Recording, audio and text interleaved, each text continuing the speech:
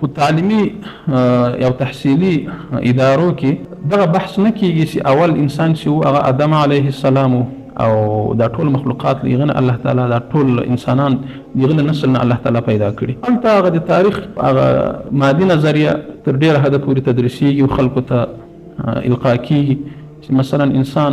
اول څنګه د جهالت او د غارونو کې یا مثلا ګوند ژوند یې لاره چې کوم فهم یې نه درلود، مغزه یې ډېر کم و، بیا وروسته یې تکامل وکړو، مثلا په خبرو باندې راغی، بیا ډېره وخته پورې دی هسې یو ځنګلي ژوند یې لاره له علم او له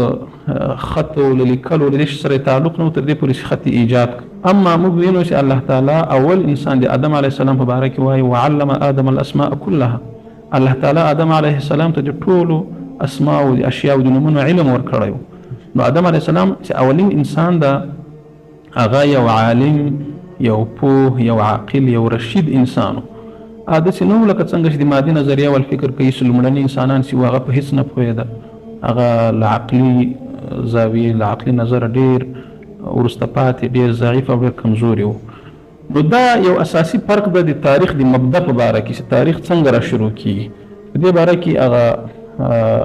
مادي نظریه چې ده هغه تر ډېره حده پورې داسې له ځانه جوړ شوي تعبیرات دي. اما دیني نظریه چې هغه په قرآن کریم کې په احادیثو کې له هغه نه یادونه شوې ده، موږ تاسې په هغه باندې ایمان لرو او دا ډېره مهمه ده چې دا باید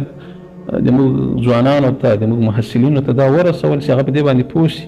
تر څو له خپلو معتقداتو سره سم دوی خپل تاریخي روایت وپېژني.